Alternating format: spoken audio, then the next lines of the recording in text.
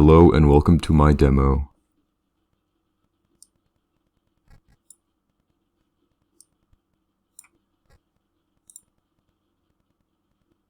This is my GUI. Icon, name, ID, picture, bitmap.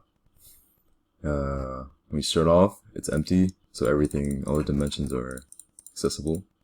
But when you choose a shape like a prism, it narrows it down to the dimensions and it prints out directions as well.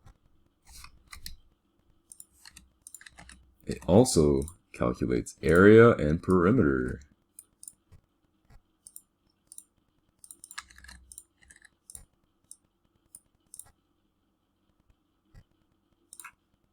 This is my code.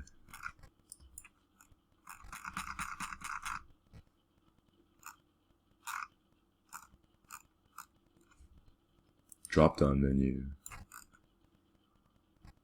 Display bitmap.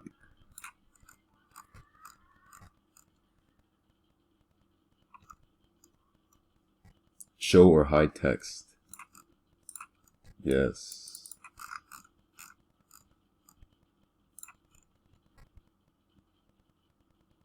This is how we get the calculations. Thank you for coming to my demo.